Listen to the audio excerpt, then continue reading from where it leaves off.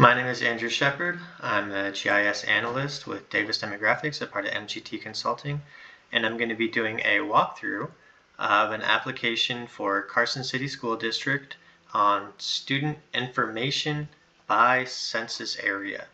First thing you're going to want to do, go ahead and take the URL provided, and this application does have limited availability, so go ahead and enter the login information that we provide to you, and that'll take you to the application. There are, as you can see, there's a series of tabs up top, and that's going to be the main navigation for this app. This will be where this YouTube video is embedded once it's completed.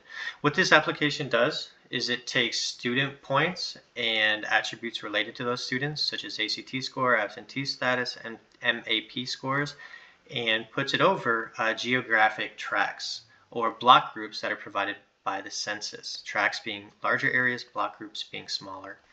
So this tracts and block groups, it's going to be the same data, just with those different sized geographic areas. So for instance, tracts all information is going to have the same data as block groups all information.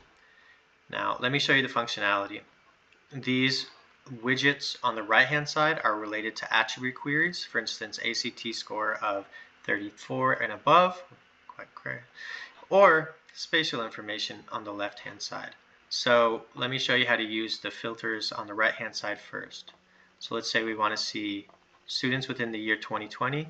This number right here is the number of students that are associated with this layer right here, student population. Hitting these checkbox will turn on and off layers on the map. But as you can see, after we changed this number to the 2020-21 school year, there are 7,827 students. We can continue to filter from there.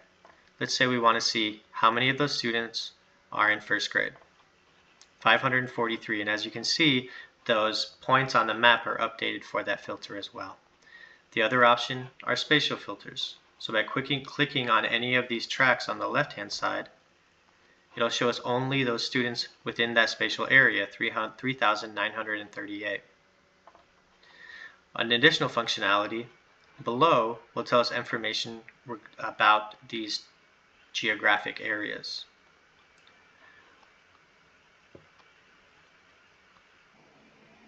So this will be related to demographic information, such as household size, income, racial information, as well as any other information that you might be looking for.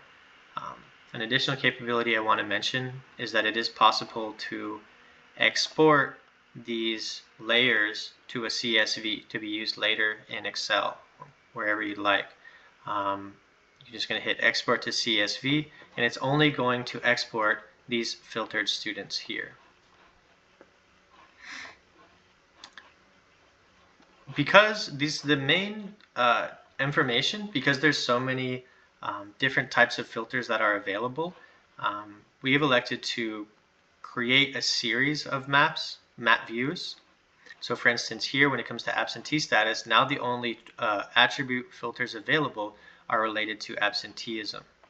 Same with graduation status, ACT score, etc. And as I mentioned, the block groups tab is the same information, just with block groups as the base as opposed to tracks.